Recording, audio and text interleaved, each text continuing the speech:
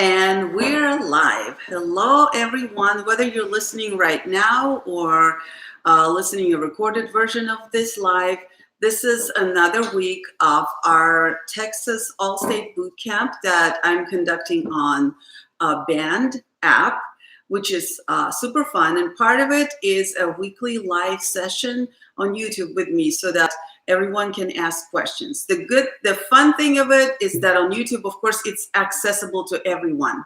Today, I welcome any of your questions. The theme is obviously All-State Rode 5 and Fiorillo 8, but anything that's related to that, you're welcome to ask.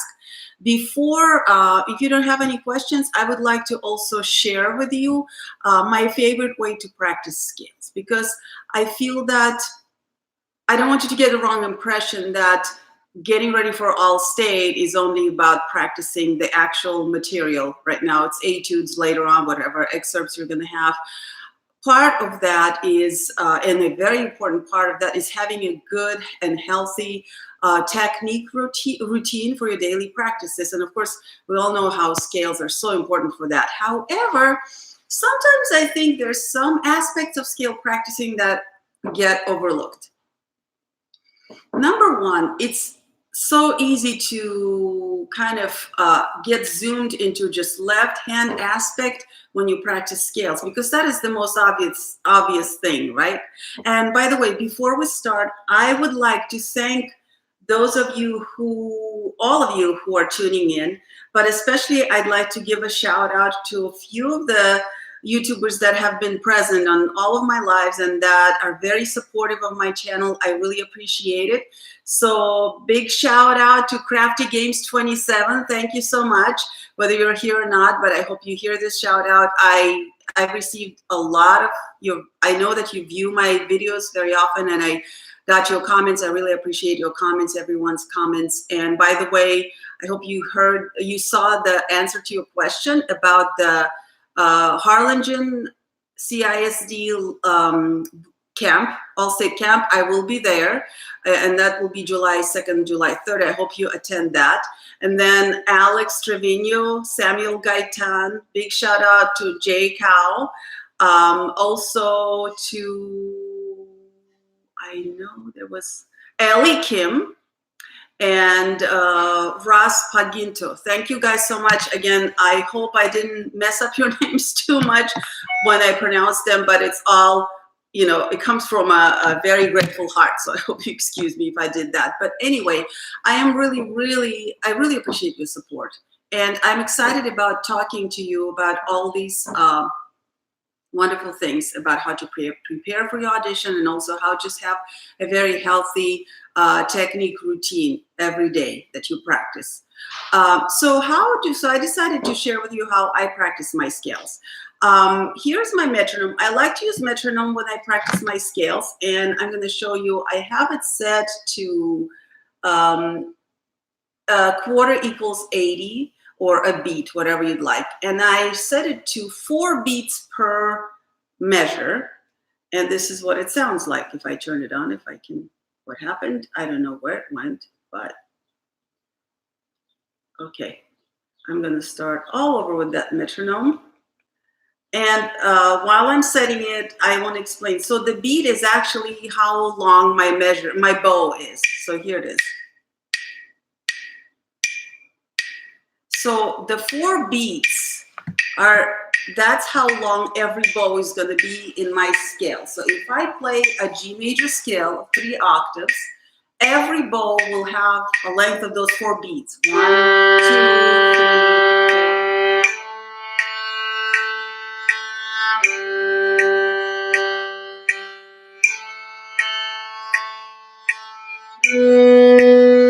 And so forth, right? So basically you can think of those 4 beats as one measure in 4/4, and basically every one of my bows is going to be equal to that one measure. Okay, we got a first question.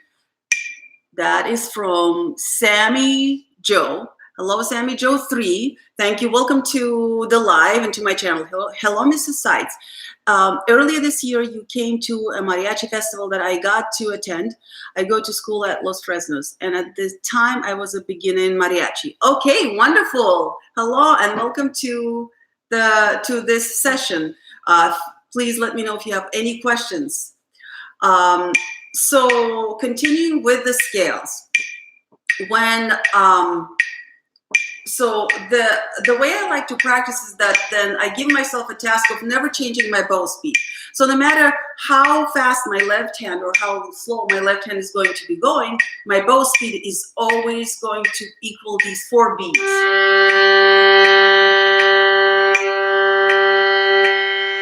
And then I go from there and I do what I like to call acceleration challenge. So I would start, obviously, if I play 1 note per bow, each note will be a whole note, right? So it'll look like this.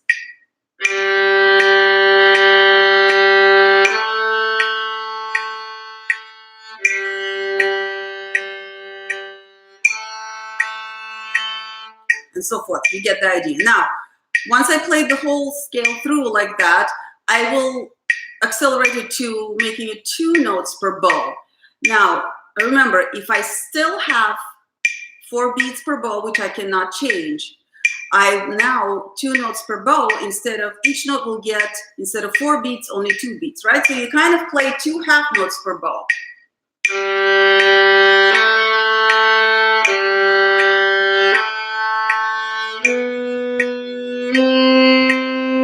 And you continue with the whole scale.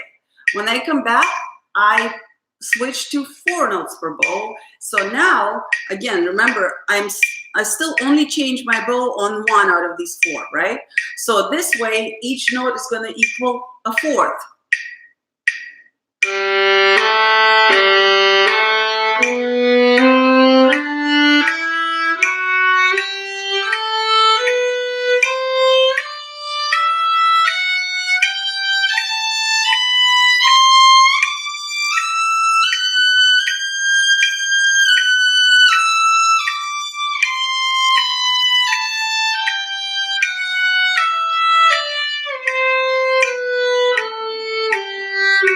Next, I will do 8 4 per bow, which will look like this.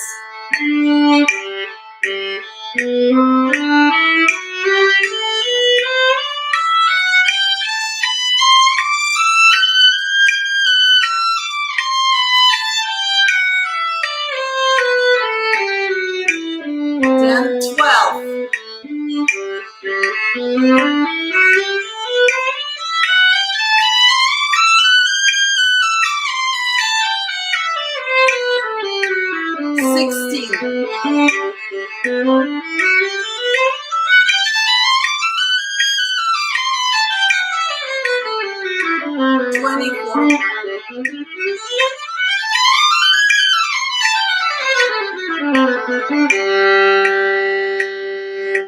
So the idea is that when you practice your scales in this way, have you noticed that I always used all of my bow, right? And this is those, I don't know if you guys might know or not, but I'm a violin professor at UTRGV, University of Texas, Rio Grande Valley, and all of my students who are in my studio, violin studio at UTRGV, and my private students, they know that one of my scale rules is to make sure that always use all of your bow when you practice your scales, unless you're trying to work on certain strokes and such. But other than that, it is by default, my students know that when I ask them to play a scale, I expect them to use all of the bow. Now, the reason for that is that, remember how I mentioned at first that very often we think of the scales as purely, we tend to default into just left hand when we think of scales, because there's so many difficulties, the intonation and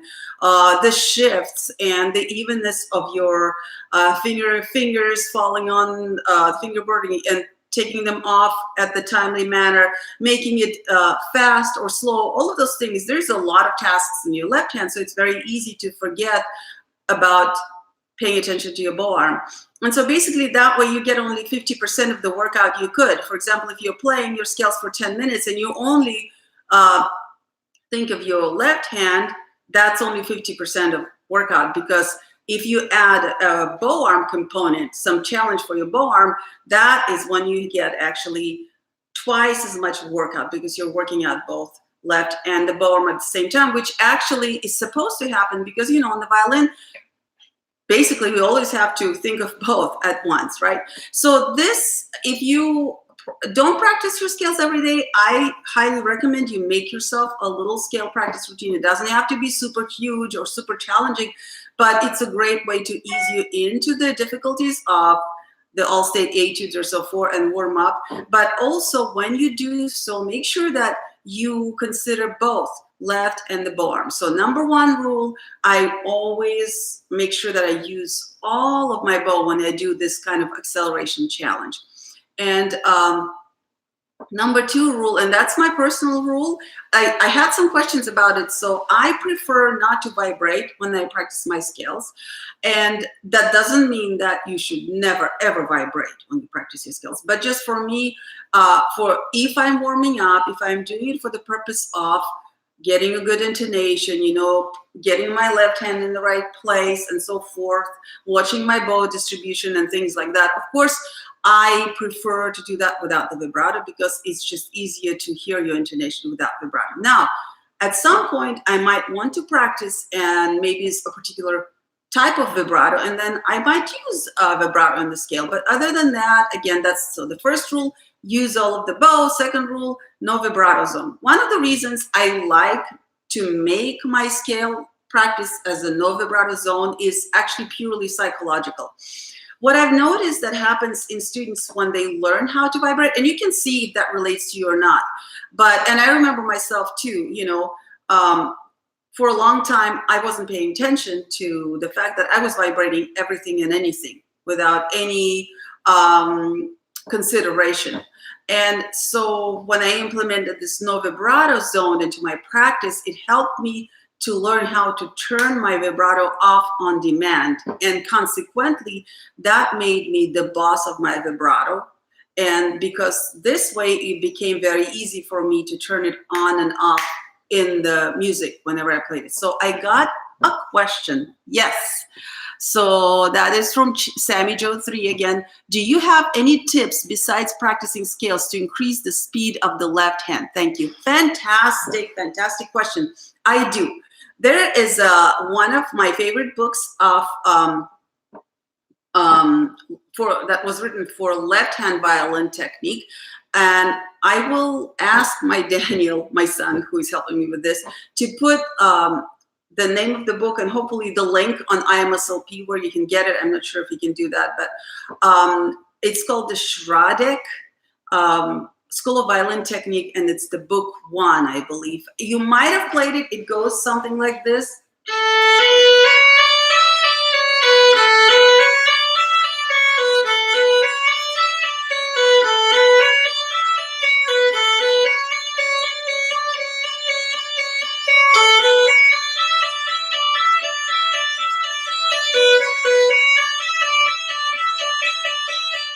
You might have seen it.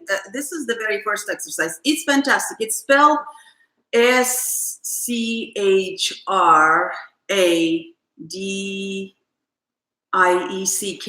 It's like a German name, but it is on IMSLP. And like I said, I will see to it that we post the link to that. It's one of my favorite books for left hand. Now, he starts with exercise on just one string, and he starts with an A string. And then he goes on. Actually, you know where else you can find that exercise? If you look on my intonation hacks. I don't know if you've seen any other videos on my YouTube channel, but the very first videos that I ever posted on this YouTube channel, which was about a year ago, actually, was May, very end of May, was intonation hacks. And my very first intonation hack, which is my intonation hacks videos 1 and 2, are actually based on this very first exercise by Schradek. So if you look at those exercises, you can see the exercise, that particular exercise that I just told you about. And also you can get my free resource on the intonation hacks from that video. Anyway, so this book is awesome because it starts on one string and then it exercises on 2, 3, 4 strings. Then it goes to every position by itself. It has a whole number of exercises for the second position, third, fourth, and then it combines them together. So that is one of the best books if you want to really increase your velocity and especially to get really comfortable in different positions. Now, what is the secret? Ultimately, the secret of playing fast obviously lies in your left hand setup. And of course, you want to make sure that you're not squeezing the violin too much. And that's the reason I absolutely love the fact that this thing was invented, the shoulder rest. I grew up playing with it. It's amazing for me that some people, and you know, old school violinists, they didn't have it. Paganini didn't have it. I don't know how he managed to play all his caprices without this. But, you know, our generation, you know, most of the violinists of our generation probably grew up with shoulder rest. And I'm very grateful for that invention because and actually this is the first thing that I teach my beginners, if I teach beginners or if I teach the students who came to me for the first time, you know, I teach them to hold the violin and make sure that they can absolutely disengage their arms and their shoulders and be very comfortable holding the violin like this without squeezing too much, but just with the weight of their head. And that is what creates this complete freedom in the left hand, which is amazing, in the left arm, that really helps you to become faster. So that's one of the most important things. Try, if you are playing without the shoulder rest, that's amazing. And you just need to find a right balance. I think there's no way you can completely disengage your this part of your hand. You have to find the balance. And again, I'm sure it's possible. You just want to make sure that you avoid squeezing at all costs. So that's very important. Another thing that is very important, you want to see at how quickly you lift your fingers off of the fingerboard. You know, a lot of times we concentrate on doing this, thinking the faster we make our fingers fall on the fingerboard, the faster we play. But actually, lifting your fingers off the fingerboard is considered a harder task. And so if you pay attention to also how quickly and lightly you can lift your fingers off the fingerboard, that will really, really help you to improve your velocity. Okay, let me check. We have a new comment here, and this is Maria Ochoa. Hi, Maria. How are you? Good afternoon, Dr. Sides. Hi, Maria. I have been trying to find the scales and arpeggios you mentioned that are supposed to be played on one string. I completely forgot the name. Wonderful. It's flash scales. I'm glad you asked because that was my next thing on the agenda. I love flash scales, but I wanted to, yes, Shradik, that's right, Jose Mata. Thank you so much and welcome to this chat or whatever it's called. It's YouTube Live, whatever. The masterclass we'll call it. Yes, it is Shradik. Thank you so much. Yes, it's fantastic. Now, with Shradik, you want to, he did write a lot of different books and I've looked through some of them, but the book that I'm talking about is School of Violin Velocity, book number 1, I believe. So you just want to look for that one. And it's very distinct. It has a very distinctive first exercise. It looks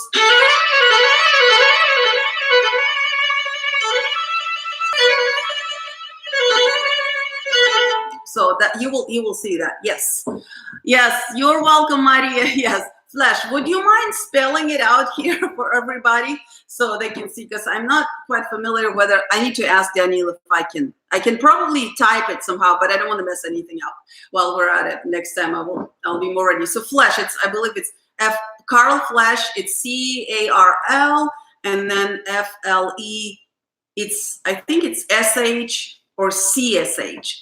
He was a German violin virtuoso and a pedagogue. So I hope that Sammy Joe 3, I hope this answered your question more or less. So remember, very important, your setup in your left hand, that you're not squeezing here because that will be the worst thing that will prevent you from being fast. Remember, if you're playing with the shoulder rest, it's great. You know, just before you play, just do some exercises. Just basically what you have to tell your body that it doesn't have to grab the violin. You know, it's kind of almost philosophical question about grabbing too much because, you know, we all know that violins are expensive.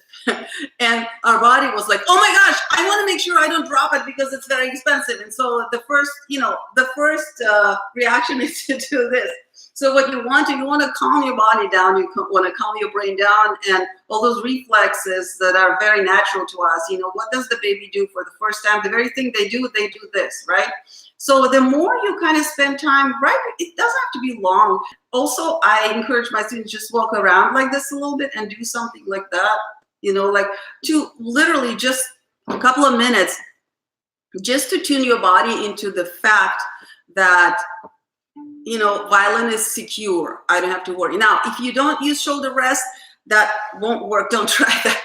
But if you do, this is a great exercise. And of course, and then the second thing, pay attention to how quickly you can lift your fingers off the string. That is very, very important. And then the third aspect of it, and this is very fascinating because, this is something I guess none of my teachers ever mentioned or I ever paid attention to until I came across the writings of a very, very wonderful old school Russian violin teacher who taught in Moscow Conservatory. If you don't know, I graduated from Moscow Conservatory in Russia a long time ago, very long. But anyway, and I actually wrote my dissertation on him.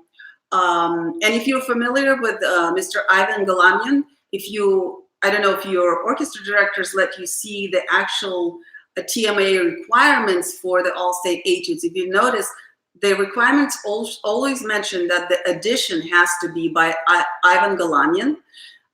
So this, he was one of the greatest pedagogues, actually, considered one of the greatest American violin pedagogues. He taught Perlman and Zuckerman, all those big shots. So you can tell he was amazing. Well, this man that I'm talking about taught Ivan Galamian. So he was a great pedagogue. And in one of his books, I was reading and I read something about lateral movements of the fingers. That means those cases when your finger has to go not up and down, but also across the string. And what I've realized, especially when you play a lot of double stops and fast, complicated passages, this is sometimes what will slow us down. The movement of fingers, not just down and up, but also when your finger has to move from one string to another. If you don't pay attention when it's supposed to do it and relax it, let go it right before, then that will slow you down too. So I hope that helps. Now, Maria, I'm so glad you asked about Carl Flesch. Carl Flesch scales are wonderful. I love his scales, but what you have to know, they're kind of like scales on steroids. So if you have never played like basic scales, and I mean a scale, major scale, maybe at least 3 octaves. You have to be able to play a 3-octave scale. If you haven't, then start with 2 octaves and learn how to play 2-octave scales, then 3-octave scales. Then you have to learn the basic arpeggios, which there are 7 kinds of basic arpeggios. Most of the time you will be asked, and that actually happens at the entrance auditions very often. So once you know those basic arpeggios and those basic scales, and also if you play double stops in scales, more or less, and you know how to do that, then you're ready for Carl Flesch scales. So Carl Flesch scales, the way he breaks up a scale is like this. So for example, if you go to his book, it's like this thick. And by the way, guys, anytime, feel free to jot down questions. And if you have questions of especially Rode or Fiorillo, let me know. I'm just, I'm just kind of like improvising right now. So anyway, what I wanted to tell you about the Flesch scale. So for example, a regular scale that I just played for you is just G major scale, goes up and down. Flesch breaks it up. So first, if you go to his G major scale section, you will see these short scales on one string. So he will give you first a G major scale of 1 octave on G string. It will be like this. And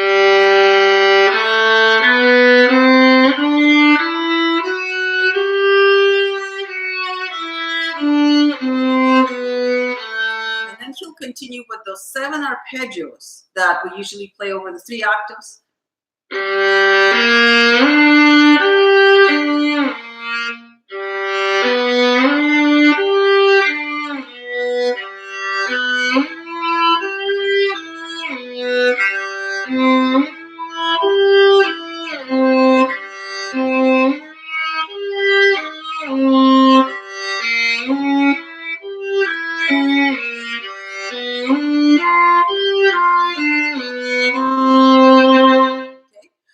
that, he will give you a broken thirds, a scale in broken thirds like this.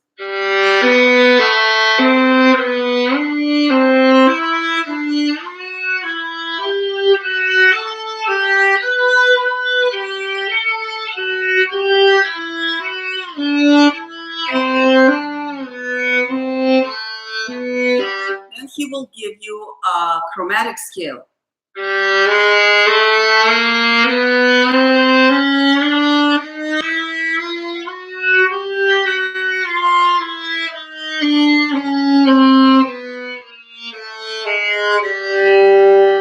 After that, he will do the same thing on D string, which will be already here.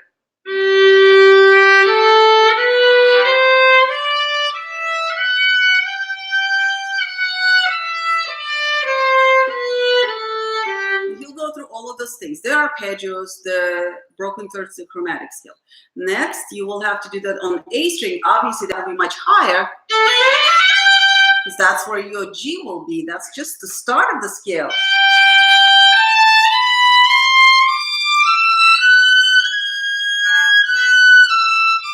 Oh, wait. I think the finger is, yeah.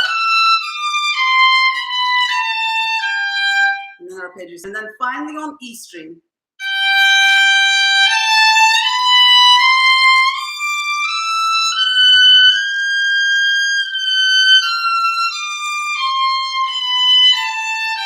So that is just the very first couple of pages or one page of his G major scale.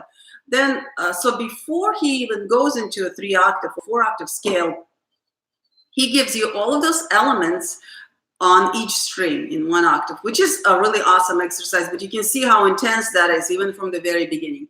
Then he will give you just normal 3-octave scale, although he does it in triplets. He would do it.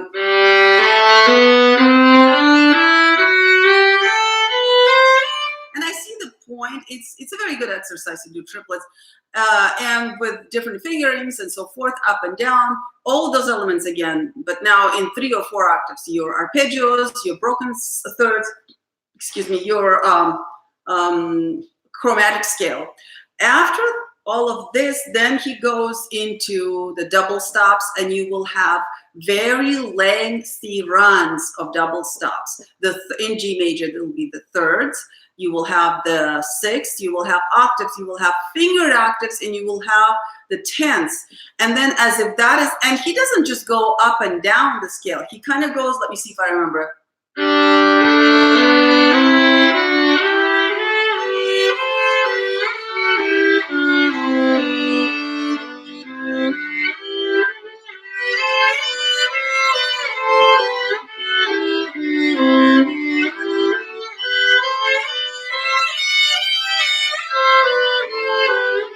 Something like that. I don't remember exactly off the top, but you see, it's not just, you don't just go straight up and down. He makes you go up and down in the maze. So it is, again, if you don't, you can see how if you don't have any experience playing double stops in a scale, especially the same kind of a double stop, that will be very, very strenuous on your hand, and also it'll be super hard. So after that, so you get the thirds, the sixths, the octaves in that way, the fingered octaves, and then the tenths. If that is not enough, he also gives you a like artificial harmonic and double stop harmonics exercises at the end, and that is basically just for one scale. So the book is that thick because he gives you that kind of workout for every major and every minor scale.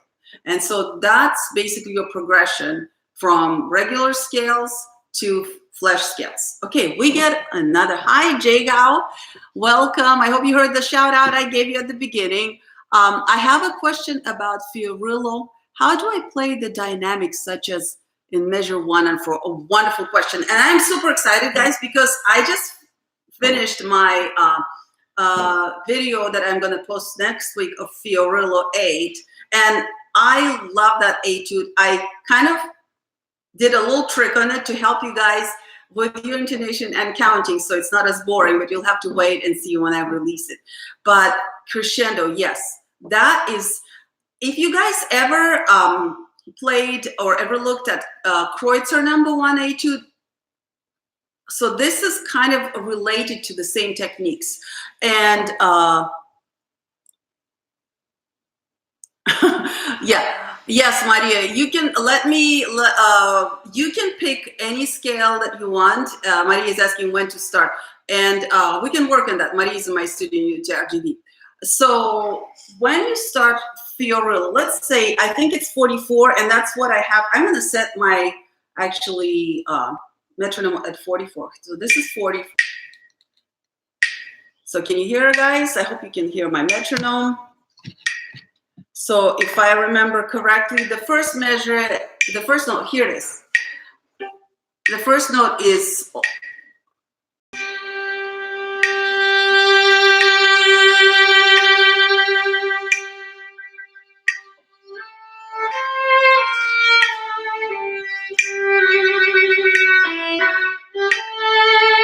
right? So you have the first bow that is 6 beats long, right? That goes down. Then you have an up bow that is only 2 beats long, right? So that is the catch here. So obviously your first down bow, you want to start soft, but without an accent, right? So what you do, you have to make sure that your elbow is not too low, because that will make it hard for you to start without the scratch. So you kind of feel almost that weightless feeling where your arm, you have to hold the weight of your arm. You can't let the weight of your arm fall into the bow when you start this, because you have to start very light and you have to start without an accent. So you feel that you're holding right here. Your upper arm is holding, supporting all the weight of your arm. And then your hand obviously has to be flexible, and it has to hug and support the weight of your bow, so that you are in charge of how much weight falls on the string, right? So you can't do something like this. That will be death at the audition, right? So once you got that covered, so think of kind of holding, almost starting from this position. You know how if you hold the bow like this, it's not very heavy, right? So you kind of transform that a little bit into this, and that's how you think about the bow. I also prefer starting with a little tilt of my bow, where the stick tilts away from the bridge, and I pretend that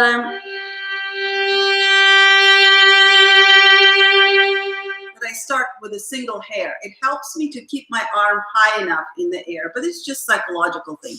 So number one, you want to make sure that you are in control of your arm weight, and you're not throwing it all at the beginning, and you're really controlling how much bow weight you're getting into the string. Number two, in any case, when you don't want an accent at the beginning, remember we talked, if you were here, yeah, you were here last time, and I don't know if I mentioned it last time or the time before, when it comes to sound, and especially the beginning of the sound, it's all about the balance between these two factors, the weight and the bow speed. And so the articulation of this, there's no articulation marking, right? We want to start soft, and we don't want to have at the beginning of it. What it means is that you technically need to start moving your bow first before gently letting the weight into the bow. Does that make sense? So, I mean, it's all very, you have to have a good sense of measure. Those are very minute things, you know, it's like literally splitting hairs, but technically this is what happens. So if you first put weight on your bow and then move it, you will hear that little crackle at the beginning of the sound, and that's what we don't want. So number one, the weight. You want to control the weight of your arm and your bow, how much is falling into the string. Number two, you want to move almost weightlessly first, and right after, like split second after you move, then you can let a little bit of the weight in. So after that happens, this way you prevent that articulation, that accent. You see, if I let the weight in and then move, I will hear that ta at the beginning, which we don't want here. So the third thing, obviously, I think here, because Thankfully, it's not quite as grueling and slow as the Kreutzer one, which is horrible. I don't know if you've seen my Kreutzer Cram project. I recorded, and I actually call it the sloth because that's how I felt when I played it at 45 beats per minute. It was like torture, and it took 10 minutes to play through one page. But anyway, so once you got this in control, when you start,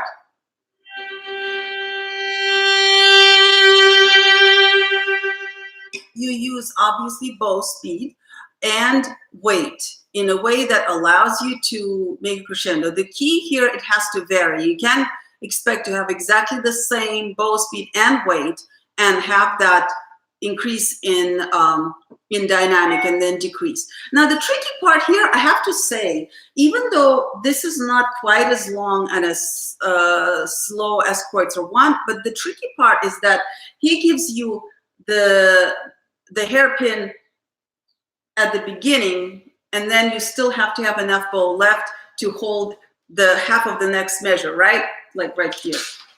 So if you guys can see, you see like right here, can you see this?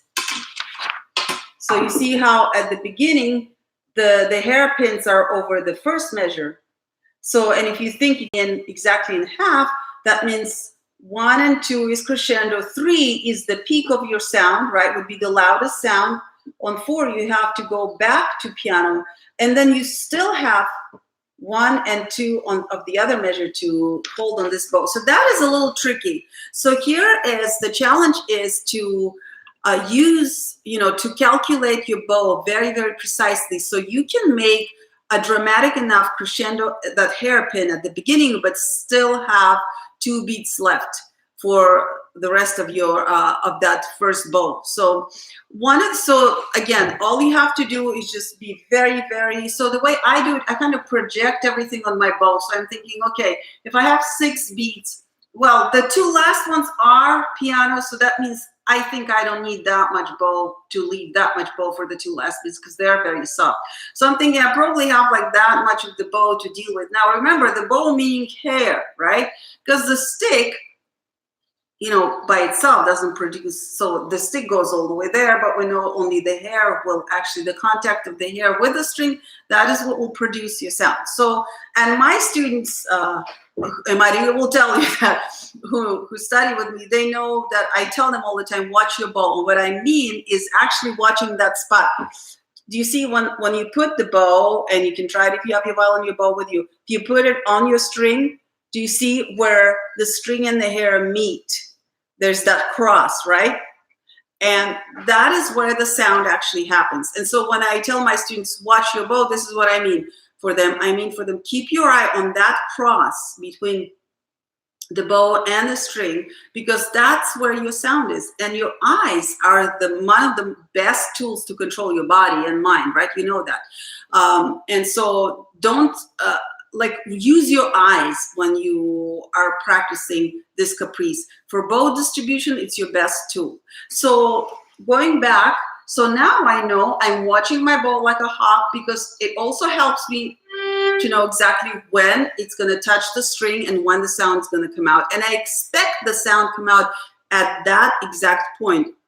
The minute my bow touches the string, I expect the sound to come out. Sometimes we kind of think that, oh, there's still a little time. No, you can't afford that, because again, you have to hold a very long note. And so you have to save the bow. So you have to expect to make sound the minute that cross happens between the string and the hair. Then again, you kind of calculate, okay, so if you have that much bow, then you have to obviously start slower. You have to make sure that by the middle of the note you allow this. That means it could be either more bow speed and more weight, or at least one of those things has to change. It's up to you. It depends on your bow. It depends on your violin. I also recommend, when you play that slowly, I recommend being as close to the bridge as you can get. Because, and again, that also depends. I mean, you have to take it with a grain of salt, and you have to experiment with your own instrument, because your bow and your instrument will allow you. That is what sometimes decides how close you can get to the bridge and still have a nice sound.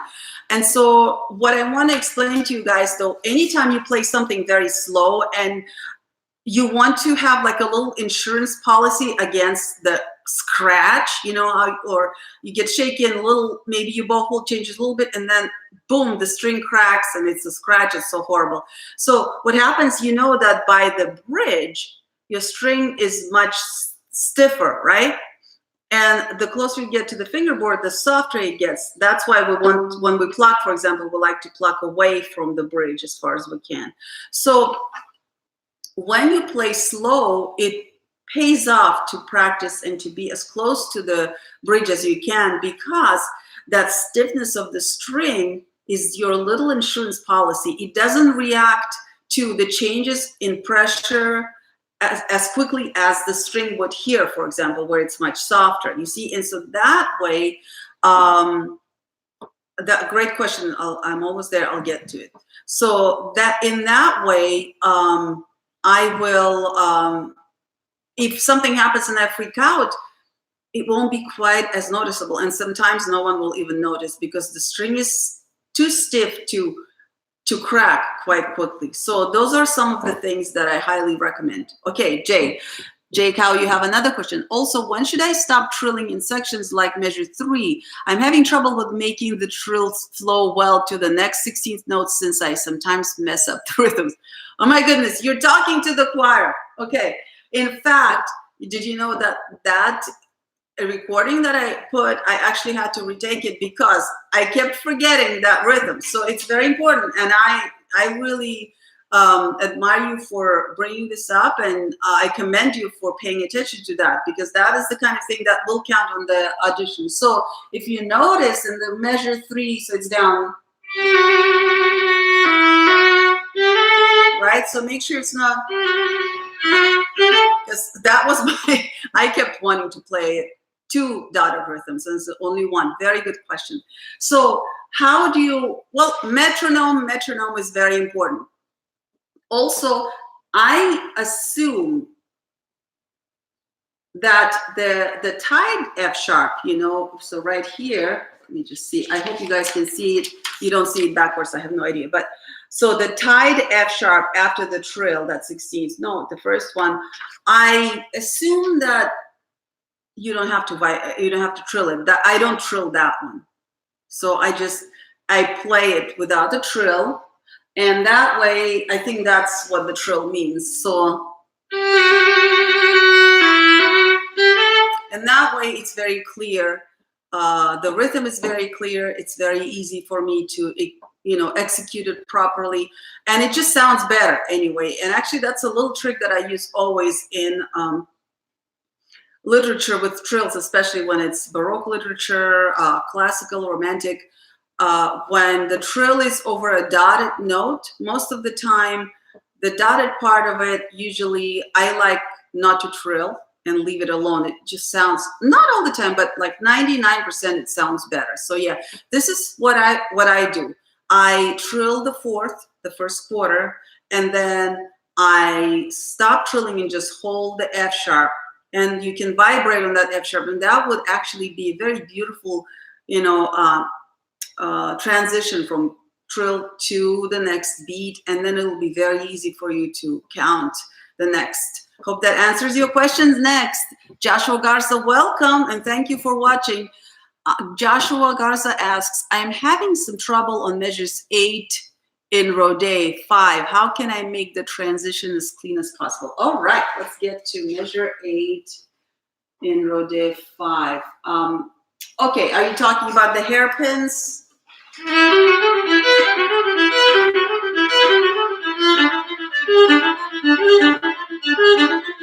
Yeah, we talked about that. It's a very weird part of the caprice, but I'm not sure you're talking about the transitions. Are you talking about the string crossings? If that, then you just have to know exactly where the string crossing is and what the bow direction is on the string crossing. Articulations. Oh, okay. Articulations. So you might want them clean. Yeah, articulations are weird, and I think I talked about it a couple of in one of my previous videos. So I think the most important thing what you have to do here, and again, especially I've already mentioned that the tempo that is given by TMAA is on the very fast side. And so in that tempo, all you have to do, I would make sure that I don't have a harsh accent on that note. You basically have to distinguish it from previous articulations. Like we talked, you know, like you have all these accents over the notes before, and this is the first time you don't actually have an accent. I think the reason he gives you hairpins, he wants to tell you that I don't want to start with a harsh articulation, but I want you to make it louder. Does it make sense? And so in the fast tempo, all you have to do is change a little bit of weight, just lean a little bit with your weight into that note. Now let's be.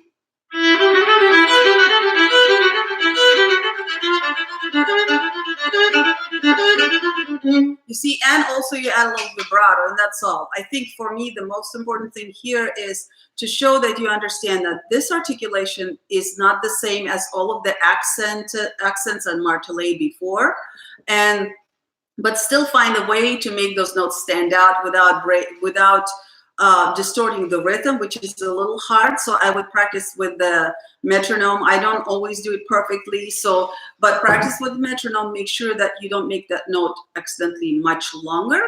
And instead, just think of making it very smooth. The beginning has to be smooth. That's why it's not an accent, but it's the little, that's how I see it. I mean, people might not agree with me, but that's how it was taught. And then make this note just a little bit louder. And if you have vibrato to it, it'll be perfect. And then make sure that you drop down to the piano after that note, right? Because that's another problem. Just think of how you read. Like if you look at the screen or if you look at the page of the book, you have white page and black ink, right? Or any other combinations. You want them to be